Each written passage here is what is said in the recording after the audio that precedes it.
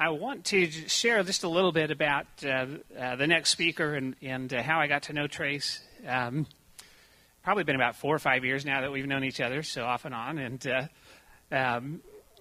ran into him in Southern California and found out that he was writing a website called How to Vanish. He was doing a lot of articles and talks on different things, and since I was in that same field on asset protection, privacy, we became fast friends. And then I found out he was involved in Bitcoin, and I had heard about it from someone else prior to, and it kind of just cemented the thought that, Trace, here's someone who understands the founding principles, I think, of some of the main reasons why Bitcoin was created. And he was instrumental in making a lot of that develop and grow. Most people don't realize it, but Trace, behind the scenes, has funded numerous startups in the scene, big names today. I won't name any of them now. But he was a seed investor. He was he recognized Bitcoin's potential because he has a sound understanding of economics. And the thing I've always maintained is that ignorance of economics is expensive. Because if you don't understand what's going on in the world around you, you are going to suffer. And Trace is one of these who is, he is a true monetary scientist. He's understands the history of money, the history of economics. And that knowledge, that understanding enabled him to recognize the virtues and the features of Bitcoin. And he recognized it early on, and he started recommending it at 25 cents a Bitcoin. How many of you took his advice? Did you hear it way back when? So some of you did. Great. Yeah, I didn't get the memo. I didn't know him then, so. But anyway, so he's made a lot of stuff happen in this industry. I think he doesn't get enough credit for it because he is very modest. He does a lot behind the scenes. But he's very instrumental in moving this industry forward. And I don't think Bitcoin would be where it is today without a lot of the things that Trace has done. So let's give him a big hand and let's let him share some ideas with us. Check. Thanks, Steve. You're too kind. But yeah, we each have our own role to play in the industry, and we each have the stuff that we've done. So it is what it is. The startups, I seed funded BitPay, Kraken, Armory, mainly so that individuals can hold the private keys of their own wealth. That was ideologically funded. Anyways, the title of my presentation is Why Hire Bitcoin? And so, hold on, I have a podcast, so if people do want to hear what I have to say, you can always listen to it. So I'm going to start recording. Okay, we're at the D Hotel with the Bitcoin Investor Conference, and the title of my talk is Why Hire Bitcoin? I've taken the inspiration of it from a marketing professor at Harvard. His was like, why do we hire a milkshake? And he had been consulting for one of the major fast food chains, and they were trying to increase the sales of their milkshakes, and their own internal division, like they tried everything, quote unquote, and hadn't even moved the needle. And so he came in and he applied this new way of looking at products as the job that they perform instead of necessarily what they do. Like, what's the job that they're performing? Why do people want to hire a milkshake? And in his case, he went and got to the 6 o'clock in the morning till 10 o'clock at night at the restaurant, and he asked everybody who bought a milkshake in words that they could understand, like, why did you hire that milkshake? And what he found was that 40% of the milkshakes were sold before 8 o'clock in the morning.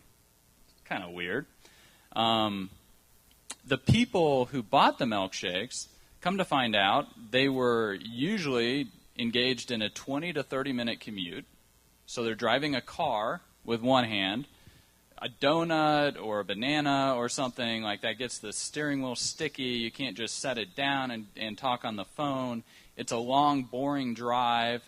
They're hungry. They need something that sits in the stomach, which, those particular milkshakes kind of do that.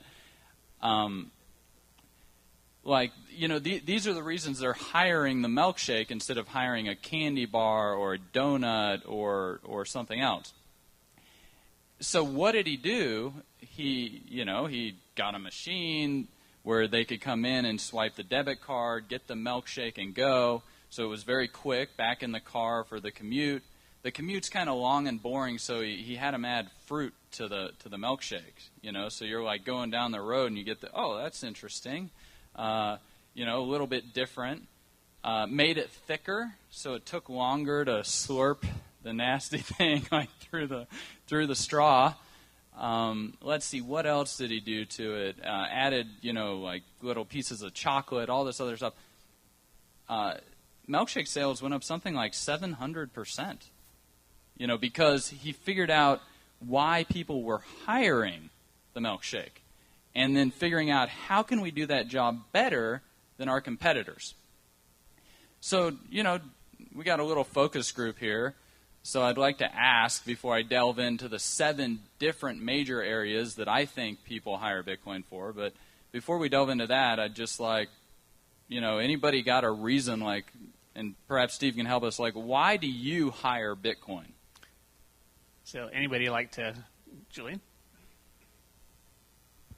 Being a computer nerd since I was 12, it was the educational properties of Bitcoin, like how the cryptography works, how the blockchain is built. That was my initial draw to it. Cool. Yeah, so my draw to it was similar to Steven's, and I was looking at it a while ago, but what finally made me jump was in early 2013. There were 2 kind of events. One of them was the Cyprus event with the bank shutting down, and I was working at MSCI at the time, I think. And I was telling the people at the financial company, yes, this can happen here as well, and they're all laughing like, no, it can't. So that was one, and the other one was that year my college had a really good football team, and I wanted to make a bet on a football game, and it's just can't do that living in New York, online gambling. They stop you. So that was, between those 2, I jumped in, just the freedom of money and the ability to just hold on to it. So did you win the bet? That one, yeah. You did. All right, great. And bet with Bitcoin. So who else? Scott, did you? Someone else here did. Yeah, my reason, hey Trace, hey Paul, good to see you, is that the currencies that we have now enforce the past. Bitcoin allows the future to be born. Fantastic. Any others? Back here, Stephen, and then we'll do Joseph.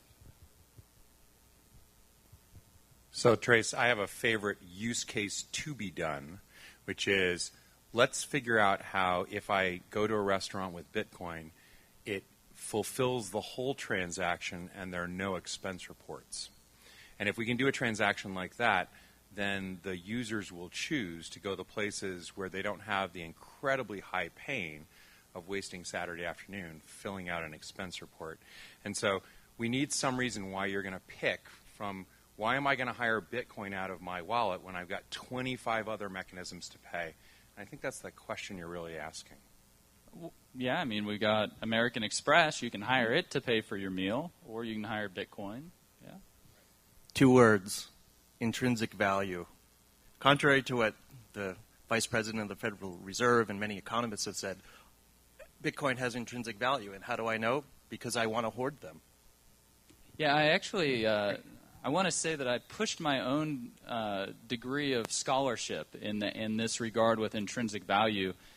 Because James Turk, the founder of Gold Money, who's been a longtime gold bug, he kind of had this issue too. And if we get back into the etymology of tangibility, it's actually a mathematical term, a tangent, and it means to touch or to kiss. And so, but it's an abstract concept. It's now having something that's tangible. We say it's something we can touch or feel, but that's not really what it meant, the word. And so my argument that I eventually was able to figure out and give to James Turk was that Bitcoin is tangible. And the reason it's intangible is because it is intrinsically limited by its properties. just like gold is intrinsically limited by atoms, Bitcoin is intrinsically limited by the math. And that's what gives it these intrinsic characteristics that we can place the quote-unquote intrinsic value on it, because we still have to be in harmony with the subjective value theory, as opposed to the scarcity of the unit being imposed by extrinsic forces, such as counterfeiting laws or something. So Bitcoin has intrinsic value because it's limited by its intrinsic properties, whereas the fiat currencies or anything else, they are limited in amount by extrinsic characteristics. And so I thought that was kind of an interesting, we're still having to try and learn new things here, and that's how I kind of tried to harmonize how Bitcoin, like gold, has this quote-unquote intrinsic value. It's limited in amount by its intrinsic characteristics. And there are a lot of people who like it for those purposes and want to hire it because of that. So one more, right? Yeah, one more. I hire Bitcoin to hire people that I wouldn't have been able to hire before, which creates value for me. See, that's interesting. You're hiring Bitcoin, but when you send it in exchange for some other good, then you're valuing the good that you're receiving more than you're valuing the Bitcoin. So really, you're firing Bitcoin when you send it to somebody else in exchange for something else. No, I mean, this is an important point, because I was having dinner with Dr. Adam Back. He's cited in the Tor white paper and the Bitcoin white paper. Dinner with Greg Maxwell and Gavin Andresen. And it was a long dinner. It was like 5 hours. And after we were done, and I was kind of upset because as an industry, we were talking about something that I didn't think was that important, relevant, and I thought it was hurting the price, and I thought it was hurting our investment. And so after the dinner, I was like, why do we hire Bitcoin? And I asked, and Greg and Adam, I asked them first, I guess, to be nice to Gavin, and they were like, well, monetary sovereignty, freedom of our money, intrinsic characteristics that limit it. That means people can't just arbitrarily confiscate through inflation, which is a form of taxation without representation. Lots of other, holding the private keys of the wealth yourself, as opposed to having the keys being held under legal code or with third parties. And then Gavin, he was like, well, I like to hire Bitcoin because when I send a payment, I feel good.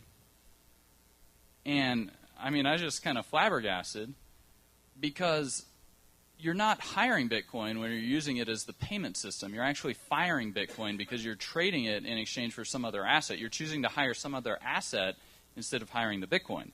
Yeah, Michael?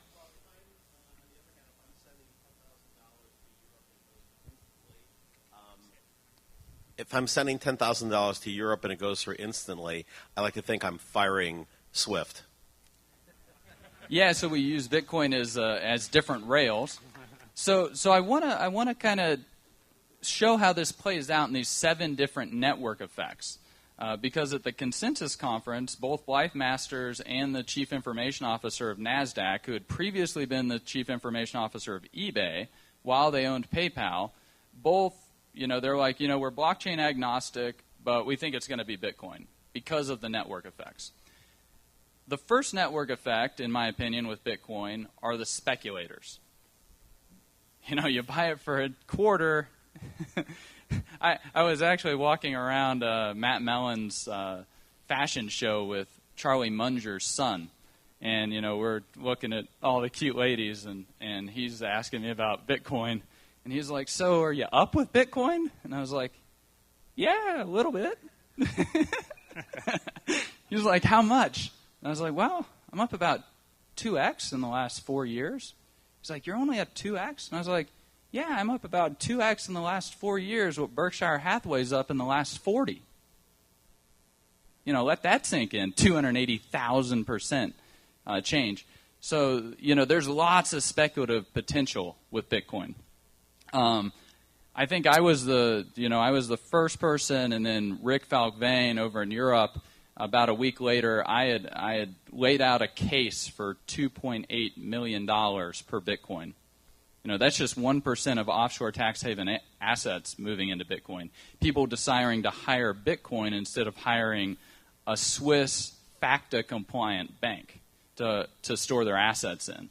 So the speculators. Once the speculators hold Bitcoin, once they've decided to fire the Vincent van Gogh painting or the diamonds and hire Bitcoin, well, merchants, they're going to... who was it? Was it P. Diddy or 50 Cent? Like, all money's money? Like, that's why he accepts Bitcoin? Very, very perceptive. Merchants who are smart will accept money no matter how their customers want to pay. That's one of the reasons I funded BitPay. It's helping people fire Bitcoin and hire some other assets, but it's increasing the network effects and the liquidity of Bitcoin, which helps us have a more accurate price discovery and ability to perform economic calculation. Armory, of course, in order to speculate, you need to hold your private keys, and companies need to hold private keys. That's the reason I funded Armory.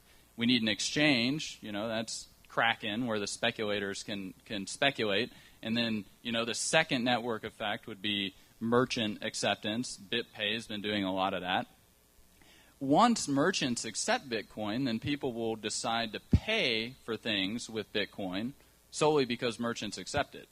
Maybe it's the only way they can pay, like in the case of Silk Road, which you really shouldn't do illegal things with Bitcoin. It's very trackable, and you might end up in jail with a life sentence, which is a bad idea. You can't do much when you're in jail. When somebody's got the private keys over your life, right? So it's a bad idea to be doing illegal things with Bitcoin.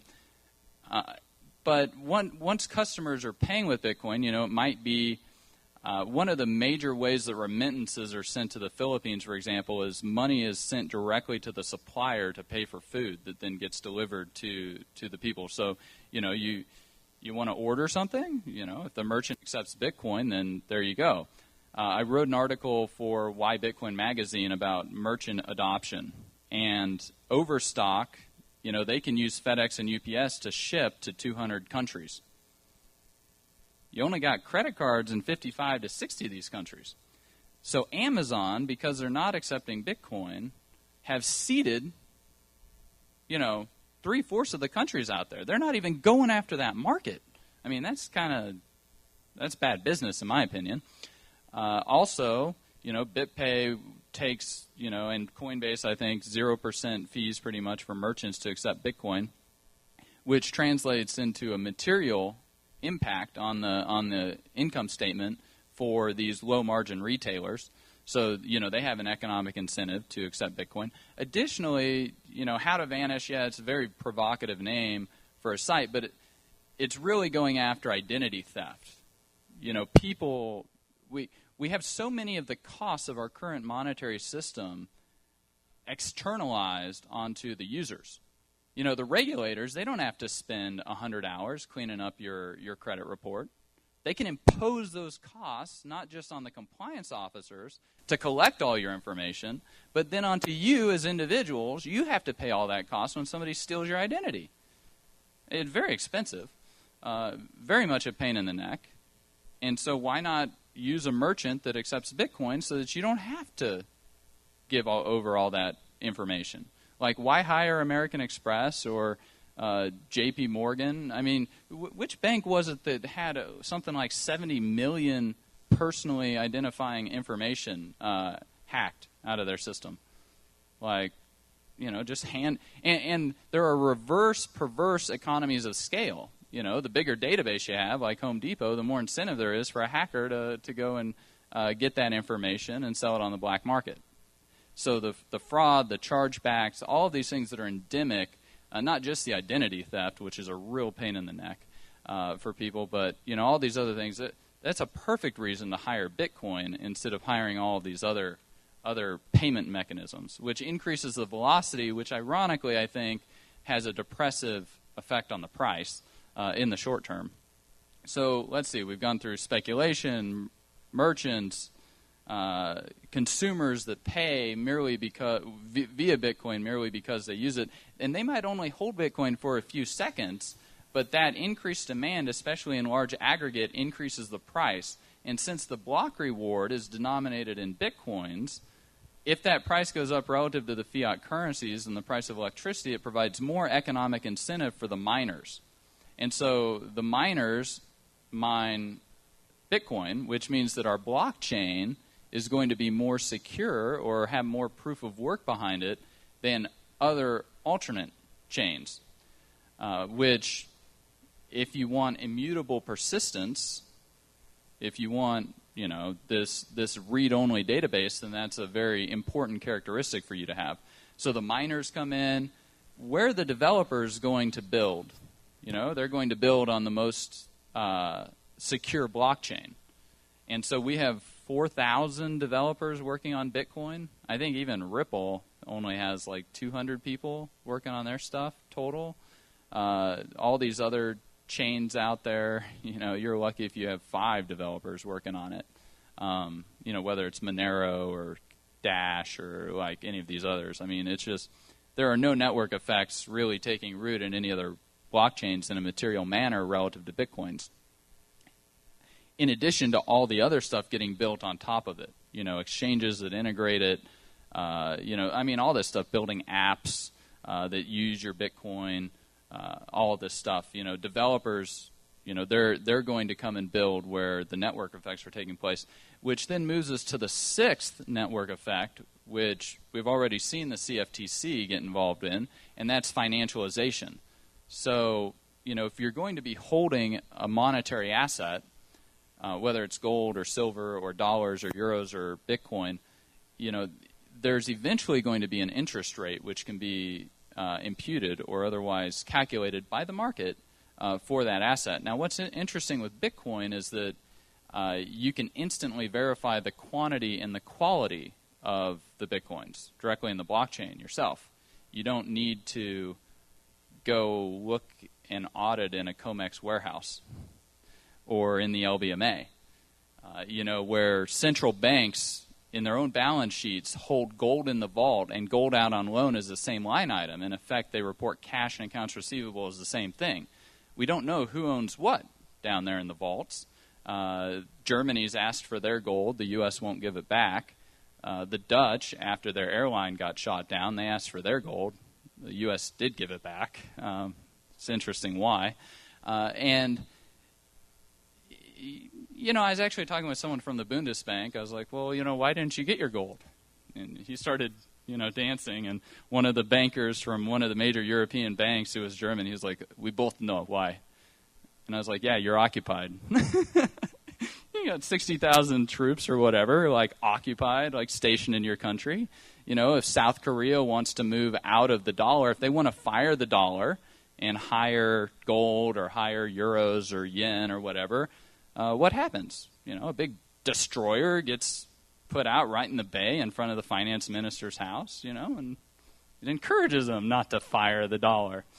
Nonetheless, the dollar makes up, I think, 62% of central bank reserves. It's down from about 70% in the last 10 years or so. There has been an increased de-dollarization going on, whether it's China or Russia or everybody else. And so this financialization aspect with interest rate swaps, derivatives, we have the CFTC with their enforcement action against Terra Exchange. That's a 6th network effect, which is, just the very beginnings of sprouting. But that's where Bitcoin's, if it's going to become something, that's where it's going to go, which leads us to the 7th network effect.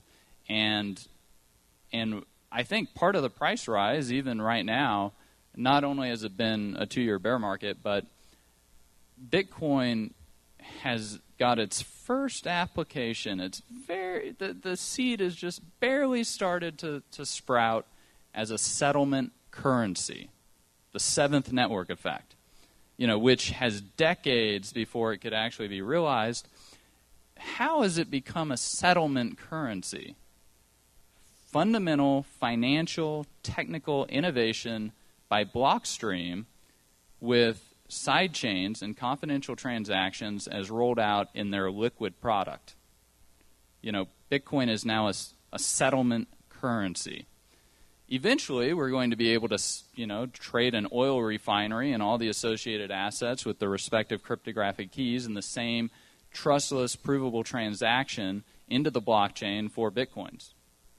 Or we'll be able to trade the self-driving car that's operating autonomously on the Uber network. I interviewed Eric Jennings, he's CEO of Filament. They're working on a big Internet of Things application. All of this stuff settling into the blockchain, settling into Bitcoin. So those are kind of 7, big, distinct network effects of why people hire Bitcoin. You might be wondering, why am I wearing an Argentine soccer jersey? Well, I think Argentina is a great case. I've gone to all of the Latin American Bitcoin conferences since the very beginning. I'm going to the 3rd one here in first part of December. Even before those started, I was going down to South America on a regular basis to help, entrench Bitcoin and get it started down in these particular use cases. The Argentines, they have 3, in Argentina, by the way, Buenos Aires, you either moved there or New York City in 1905. What they have done to their country, which is just so rich with natural resources, huge. What they've done with bad ideas from the Peronistas is really kind of sad. Nevertheless, they have 3 main things that they, as a society, really value: football or soccer, steak, and paying their taxes. They love to pay their taxes. And so I have some friends that live down there, and they hate Bitcoin, but the easiest way to get pesos to go pay for their steak or watch their football match is to buy it on Coinbase and go meet somebody at the local coffee shop and get, a stack of pesos. And, otherwise, if you go to an official place, you got to give them your passport and this, that, and the other. And that's if you exchange over $50 worth of value, and then not only that, you get the official exchange rate. And when I was talking to some of the people down at the 2nd Latin American Bitcoin conference, one of them runs a hotel in Buenos Aires. And if a guest stays and pays with dollars or euros, they'll get at the time, I think they got about 1,000 euros in their hand, in their pocket. If they paid with a credit card, so if they hired a credit card to pay, 1, it went through at the official exchange rate. 2, it automatically got taxed. 3, it automatically had income tax, so sales tax and income tax. Then you had the processing fee. So at the end of the day, they would get between 100 and 150 pesos in their pocket if you hired a credit card. Exact same transaction. 85% difference just from the payment mechanism, just by who they decided to hire to do the job. And so, I think Bitcoin is going to solve a lot of problems for people. It's going to enable people to engage in behavior in a much more economically efficient way. And that's going to add value. And because it adds value, that value is going to accrue mainly to the people who, both hire Bitcoin, who speculate on it, and who build out a lot of these services. And if it becomes a world reserve currency level type of instrument, then, it's absurd to think of the wealth transfer that'll happen. Fortunately, my grandmother's got a grandson that cares about her. Which you can't say about, a lot of, with what's happened with the disintegration of the family that's mainly been a result of governmental policy, whether it's, reducing the denominator through war, or whether it's, I guess, China's worried about their one-child policy. They just kind of turned it to a two-child policy now because their birth rates are such that they're going to be declining. And if you look at the actual demography, in birth rates, I think Japan, after 3 generations, basically 16 people become 1 person in terms of population. That's how fast populations can shrink. So China could go from like 1.4 billion people to 100 million people just in a few generations. And that, those type of that type of deflationary demographic effect is going to be very interesting also. Instead of having development, you're going to have reclamation, like we're seeing in Detroit. Where houses aren't even worth, the houses actually have negative value to them. So you just have all this development reclaimed by nature. So, currently half the world's wealth is stored in real estate. Why hire real estate when you could hire Bitcoin to store the wealth? You don't have upkeep costs. You don't have to worry about these demographic changes. The way that commercial real estate is going to change because of all of the fundamental innovation that's happening. I mean, you look at how commercial real estate and actually real estate prices in general are determined. You look at the economics are based on like a curve on access relative to the economic center, and so how far away from it you get. And in New York, it's very pronounced. Just one subway stop, there can be a big difference in real estate prices because you're 5 minutes closer. When we have self-driving cars that are running on the blockchain, and so now the lawyer doesn't have to spend, an hour and 40 minutes commuting from Poway, a suburb in San Diego to downtown San Diego. Instead, he can go get in the car, which is designed just like at the office, and that's when he actually has to go downtown. Well, now, the value of real estate in Poway relative to the value of real estate in Ramona, which is an additional 40 minutes out, that differential in terms of access, it's not, Bitcoin's going to be able to change so many aspects of all these things because, we're going to have Internet of Things and self-driving cars and like your refrigerator will just order its food and it gets delivered by a drone or whatever. It's going to make all of this possible. And so your access and the whole reason the United States has built its infrastructure the way it has is largely because of the technology of the car. It changed that land use curve. That's why we have suburbs and our cities are built the way they are instead of like they're built over in Europe. And so Bitcoin's going to have a transformative effect on that. And so to finish my thought about the world reserve currency, the settlement currency status, I think it's important to understand that price and value are currently completely bifurcated. We don't have a tool to perform economic calculation, as Mises says. The reason we don't have a tool to be able to perform economic calculation is due to governmental interference. This governmental interference has throttled financial innovation. It's absolutely ridiculous that we can track a $5 package, but we can't track a $500,000 wire. We know how much it costs to send the $5 package, and yet we have no idea how much it costs to send the wire, what the fees are going to be. The fees actually get determined after the transaction's done. I mean, this is really crazy when you think about it, and just silly. It's just so stupid. And so because of the Federal Reserve System interfering to the degree that it has, and what that's done to undermine the rule of law, because gold and silver, they're not merely commodities. They're essential checks and balances in the political machinery. They stand as sentinels against the confiscation of wealth. They distribute the power over the purse from the sword. And yet we've turned over, as individuals, as citizens, we've turned over the private keys of wealth to the government.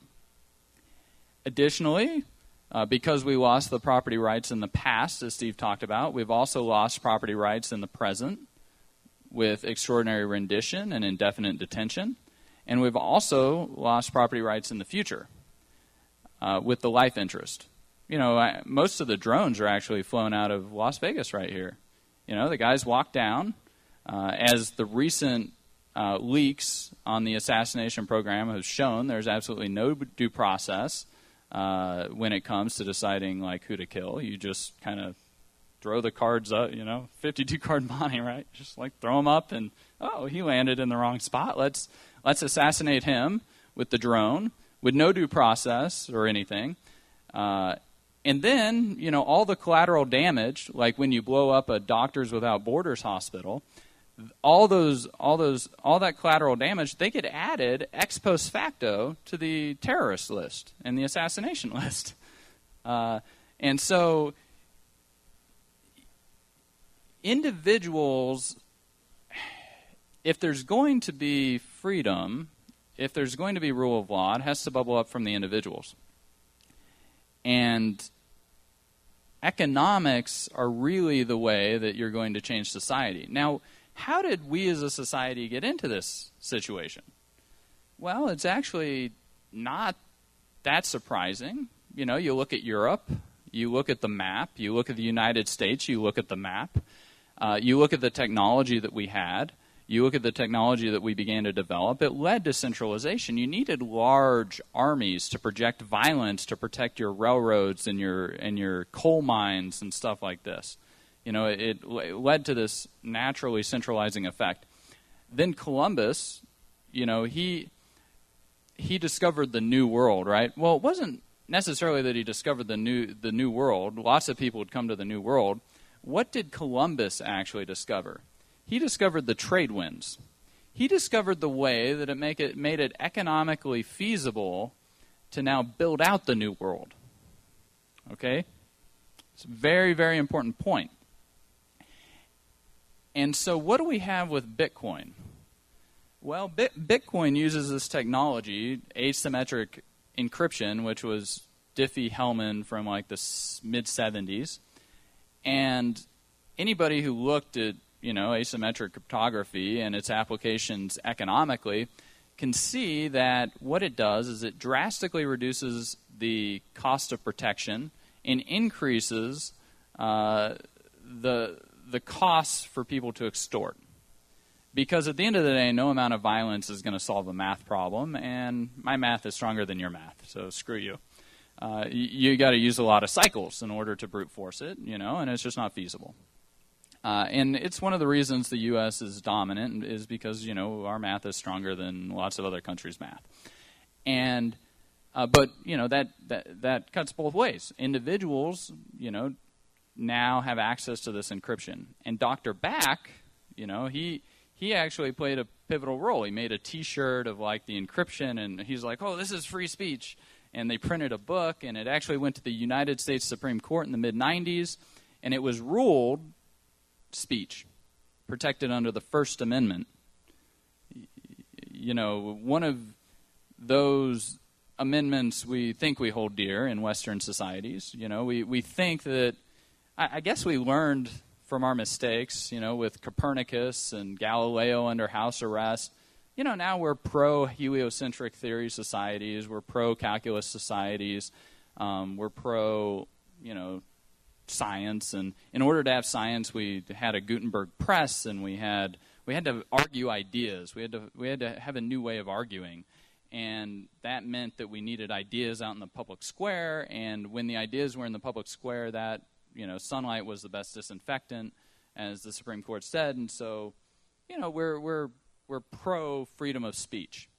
That's how we've come up with lots of ideas, but on the other side, we have to deal with YouTube comments and stuff like that, right? But it's just all part of the process. Well, now, in the Citizens United case, Justice Scalia, he said, money is speech. Oh, boy. Where else besides Bitcoin has money become speech? I mean, money is literally a number now. And by the way, if you don't know what an illegal prime is, the United States has actually made it illegal to possess particular numbers. Wow. You know, I mean, Islam did it with the zero. It held their civilization back for, millennia. But I guess we have illegal primes, and if you're in possession of a certain prime number, then you can go to jail for a long time. I mean, it makes you wonder what else will be illegal. If we're making numbers illegal, wow, yeah. So I mean, you might need that number in order to discover like the cure to cancer or something. I mean, what do you do? Well, I guess society just labors under. We have shortages. Hundreds of thousands of people die because we have shortages with the FDA not being able to get the drugs out. It would be interesting. I wonder what some of these regulators or law enforcement would do if the only way that they could get a life-saving medicine for their spouse or their parents was to buy it on Silk Road. I wonder if they'd do it. Or just let them die. I guess if they really believe in the system that they're upholding, that they would just let their loved one die. In Venezuela, it's actually, a big problem. They're rationing medicine and stuff like that. So it's very sad. But, all these policies have effects. And those effects cause human behavior to take place. And because of all of this intervention in the money and the currencies and the transmission of money and all this stuff, we've bifurcated value from price. They've interfered with interest rates to such a degree that we have no idea how to allocate production over time, which is what interest rates do. We have no ability to really do that. So everybody's just flying around completely blind. They don't have access to instruments that work, and even if their instruments do work, they're based on fundamentally false premises. When we're performing mental calculations of length, we have like yard and foot and inch, and they all have kind of definitions, right? It's in the Constitution, Article 1, Section 8, Clause 5, power to define weights and measures. Mental calculations of time, we have units like day and year and all this stuff. And, in the Constitution, president serves for 4 years. Well, we need to know what a year is, right? Like if it's undefined, then we would have problems in our law. And mental calculations of volume and other stuff. Well, the phrase dollar is used in the Constitution twice. And in case you didn't hear, the Constitution, it was debated, and one of the hotly contested areas was the slave clause. And the slave clause actually has the word dollar in it. And so since we have the director of the Mint here, maybe he can tell us what is a dollar. No answer?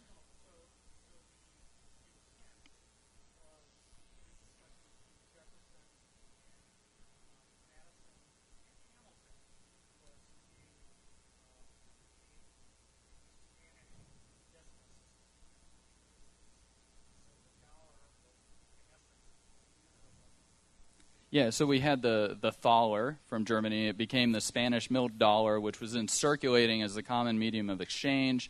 The 1792 Coinage Act actually defined it as 371.25 grains of fine silver. And so that was the definition of a dollar. I mean, it was a certain amount of metal, of a certain purity, and a certain weight. And then that allowed us to perform economic calculations. And also interesting, and I think Section 19, anybody who worked for the Mint, who debased or made worse the currency, shall be guilty of a felony and shall suffer death. So that was interesting. We were a little bit more serious about financial crime back then, I guess. So we had a definition of the dollar. But now, under 31 U.S.C. 5101 through 5118, the way we define a dollar is, we've got a certain amount of platinum is $1, and 1 ounce of silver is $1, and $50 is an ounce of gold, and Federal Reserve notes can also constitute dollars. But man, last time I looked at the periodic table, 50 ounces of silver did not equal 1 ounce of gold. I mean, that's just fundamentally unintelligible based on chemical law. I mean, it's like saying the speed of gravity is not, 9.2 or whatever it is, feet per second. I mean, it's just unintelligible. It's like, and that's part of the thing with math is you got to be right with it. You got the wrong private key. You're not moving the Bitcoins. Doesn't matter if you have a nuclear bomb or not pointed at the blockchain. You got to be right. And so, we don't even have a definition of a dollar. Is it any wonder that the institutions and organizations that we build as a society, based on economic calculation and the division of labor, get so unstable and collapse and need bailouts and people die? How do they die? Because the price of a bowl of rice, you can now only afford one every day instead of two. And so there's riots and there's civil unrest and people die. There's no reason we should have any type of shortages in today's day and age with the technology that we have. It's absolutely absurd. Any shortage we have is purely caused because of the institution of the state. And, we have 55,000 people that die in the United States on government-managed roads. If we had 55,000 people die on Delta or United every year, we would be outraged. And yet, because we aren't able to innovate in roads and in cars, in fact, there are particular safety devices that we can't even use because it's against the regulations. In Uber, Uber's a good example, and they only exist because of government regulation, but there was a study done, I guess something like 500 people otherwise would have died from drunk driving on New Year's Eve in San Francisco. No, 2 people, but extrapolated out to the U.S., it'd be something like 500 people. So, we look back at these ancient societies like, the Mayans and the Incas, and, they'd sacrifice people to the weather gods, and hopefully we'll have rain because we, killed our youngest generation, right? And yet, who here has had a friend or a family member either been seriously injured or killed in an automobile accident? Yeah, so vast majority of the audience. Based on Dr. Block's work, Dr. Walter Block, if the roads were privatized, we'd probably have between 10 and 12,000 people a year die. So 75% of everybody could have lowered their hand, and the people they care about could still be around. But instead, we sacrifice these people to the road gods, or we sacrifice them to the monetary policy gods, and we have shortages and rationing, and like this crisis in Europe, it's with all the immigrants. All this stuff has a root in the way that we as humanity perform economic calculation. And the way that we perform that economic calculation has been censored through the interest rates. And so Bitcoin's largest application, its most beneficial way of impacting society, might not necessarily be its censorship resistance for speech, but its censorship resistance for economic calculation as a way to route around the economic censorship that takes place in society. And we're already seeing it. Argentina, they love Bitcoin. It helps them route around their economic censorship. And the more draconian the policies, the more money that's at stake, the more arbitrage there is. They got an 85% spread on arbitrage, the hotel owners. It's really crazy. China has decided to start making it more difficult to move their money around. The Chinese, I bet they're loving Bitcoin. It just passed 2,000 yuan. Greece, Cyprus, Spain, Italy, Portugal. Eventually it'll be the United States, since we're ground zero, since we have the world's monetary system headquartered here. In the meantime, in this great credit contraction where we move from fiat currency and fractional reserve banking to 100% full reserves of private keys held by individuals, not just of their money, but also of their assets, all this hypothecation, rehypothecation that's taken place in our banking system, shadow banking system, people are going to hire Bitcoin. And, the first rule of panic is to do it first. Because all the wealth was destroyed when it was misallocated. and moved up into this illusory liquidity pyramid. And so as safety moves down the liquidity pyramid into safer, more liquid assets, then the system, it doesn't collapse, it evaporates. Auction rate securities that traded for 30 years at par, $1, all of a sudden they go no bid, or they're bid 93 cents to the dollar, which is what happened in 2008. And that brings a very interesting question. At the tip of the liquidity pyramid, based on Exeter's liquidity pyramid, he was with the Federal Reserve, said we're eventually going to have a problem. What's the safest and the most liquid asset? Gold. Gold has been for millennia. But last time I checked, I couldn't send gold over a communications channel. I couldn't use a microwave or a radio wave to teleport gold from one location to another location. To take the gold off of the Argentina server and move it to the Chinese server, or otherwise turn it into a programmable asset. So these are all reasons that people are going to want to hire Bitcoin. The current system is done. If you look at the reverse repos held by the Federal Reserve, in 2008 it was about $60 billion. Something happened in the middle of September. We don't know what it is. I think it was probably related to Glencore and some of the other commodities dealers. But it spiked to $660 billion, 11, 12 times the size of 2008, the reverse repo agreements held by the Fed. Why is the Fed even involved in a repo agreement in the first place? Well, they're the lender of last resort, right? So as the Federal Reserve System shakes itself to pieces, because individual actors, they're just they think they own something they log into their Wells Fargo account, they think they own something in there, or their Schwab account or whatever, they think they own shares of something. As it shakes itself to pieces because individuals seek safer and more liquid assets, it's either going to implode in a deflationary depression or it's going to explode into a hyperinflationary type environment. And that's where, Bitcoin could be a potential release valve. It could actually help maintain some continuity of society. I mean, what happens when all of our police officers realize that their pensions are done? Just poof. Just gone. I mean, anybody work for the Fed? Your pension's not safe. It's denominated in dollars. They're not defined. They're not even defined under federal law. And yet you're guaranteed a certain amount of them, right? It has very grave implications for our society, the cohesion of our society, and so hopefully what we are building are solutions to these problems.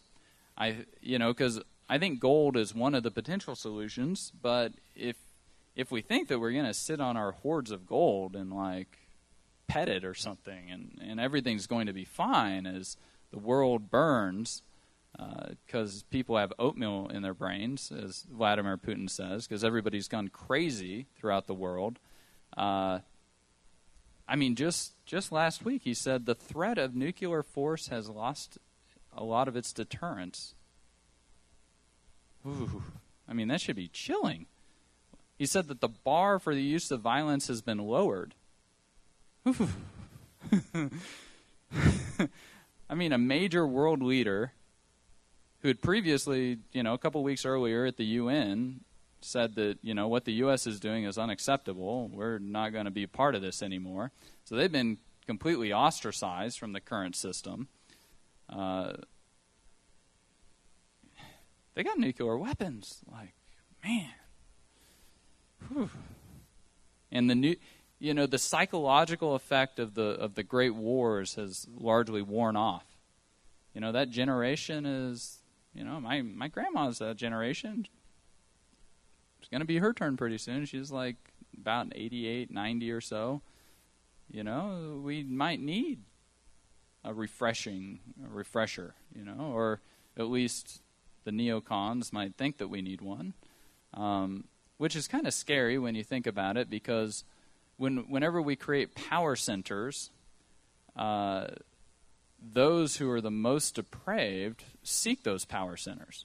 That's one of the reasons the founders distributed the private keys of violence so widely, is because they realized that, like, the craziest in our society will actually seek the power centers so that they can work out their nightmares of destruction on the rest of everybody else because they think it's fun or something. So the Hitlers, the Stalins, the Mussolinis, the Franklin Roosevelts, all made it illegal to hold gold, by the way. Executive Order 6102 from Franklin Roosevelt. They all, and if you don't do what they say, any Japanese people here? Yeah, U.S. put hundreds of thousands of you in concentration camps. And now they're building the concentration camps for all these immigrants that are coming up from Syria, So same song, second verse, right? So it's very worrisome. So why do we hire Bitcoin? We hire Bitcoin because we want to see a better world built.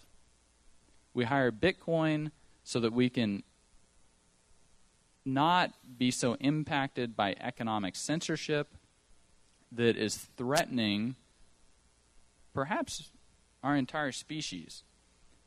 Because this ability to govern our economic transactions by math is far superior to being able to govern it by laws of men, that are much more, I'll just keep an email server in my garage and leak all, not handle the classified information. Even those who seek the highest office don't respect the very laws that they've sworn to uphold and protect. But, when it's all open source and transparent and governed by the laws of math, then we all know, what the terms are. It's intrinsically limited. So these are all reasons that we hire Bitcoin. And with that, I suppose I'll open it up for questions and turn off the podcast. All right, let's give Trace a great big Are we hand. done, Steve? Yes, we are. Oh, thanks. We'll do some questions. We've got a couple minutes. I just love hearing Trace speak because he doesn't mince words and he tells it like it is. So questions, we'll start with Steve here, and then we'll work our way this way. So, Trace, I had an interesting experience in life. Over the last 20 years or so, I've been at the front edge of trying to help people address a much simpler concern, which has been around the context of cybersecurity. And what we learned in that process is that nobody actually cares. That fear as a motivator, while we can all in a room agree, how many people are comfortable that their cybersecurity today is better than it even was a year ago or 10 years ago? It's been a train wreck. And I would just say that I think Bitcoin, using the concept of fear as a motivation to accomplish a new adoption of both technology, systems, infrastructure, and the most abstract concept, has proven to be, certainly in the minor, you could call beta experiment of just pure concepts of cybersecurity, to be an absolute abject failure.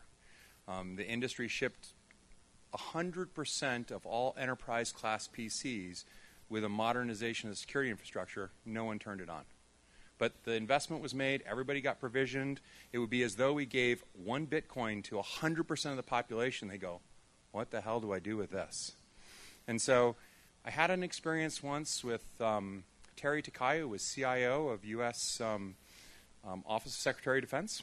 And she made a great statement, which was, don't try and scare me. Tell me what these new technologies can do to make my life better. And I think that in the context of your presentation, moving away from the fear context and explaining why, because I transact with Bitcoin, I will have a better experience, then behind the scenes, this fundamental social benefit can also be delivered. But the adoption for social benefit, other than the 3 crazy people who actually have real cybersecurity, who will most likely also adopt this, the rest of the population actually doesn't care. So think more like Snapchat and less along the lines of, how do I make everybody safe? Any comments on that, Trace? I think that you have to respect the private keys. Not all of the water buffalo make it across the river. We're moving into, and we're in the middle of massive currency war. It's bubbling into kinetic war. Vladimir Putin's already talked about nuclear war. Well, and they might. You have to weigh the cost-benefit analysis. Everybody's got a different way of looking at what's probable and what's possible, and what the probabilities are, and they make their own economic calculations on how they want to secure themselves and their assets. My mom's got a saying like, "Not my monkey, not my circus." The tools are out there. If you want to protect yourself, you can go download Armory. That's why I freaking funded it, so that people can hold their private keys themselves. And if you don't want to figure out how to do it, not my monkey, not my circus. And if your retirement goes poof, if your way of life gets destroyed, if you don't have a last plane account type situation set up where you can take the last plane out of your country, like where do you go, how do you maintain your standard of living, you know what? Maybe you never need that insurance. But you don't get to buy insurance after the fact. Insurance companies are probably going to be going poof in all of this. Look at what negative interest rates have done to their earnings. Massive underfunding of pensions. It's not my monkey, not my circus. There's 7 billion people. Everybody's got a different way of looking at the world. Do what you think's best in your own situation. I think it's a good idea to be conversant in the latest technology and know how to use it. Hi. You mentioned Argentina several times, and Argentina has a very robust black market for U.S. dollars. The blue market. Yeah. Can you tell us more about that? I think it's very decentralized, and I want to know if you think it's a good model for creating a robust black market for Bitcoin like Local Bitcoins is doing in the U.S. Well, I don't think doing anything illegal is a good idea. But I can definitely see why people down in Argentina would do it, because the regulation increases the profitability of engaging in the behavior. So we see it in the war on drugs. We really see it anywhere that regulation touches. If it makes it more economically attractive, if you make more money doing it, then you're going to get people that are going to do it. So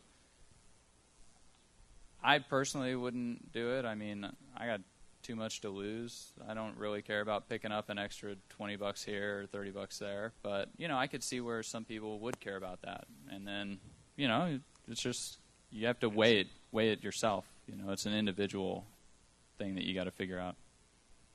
All right, that looks like that's it. So let's give Trace a big hand. Thank you very much, Trace, for being up here. We really appreciate you taking the time to come out and visit with us.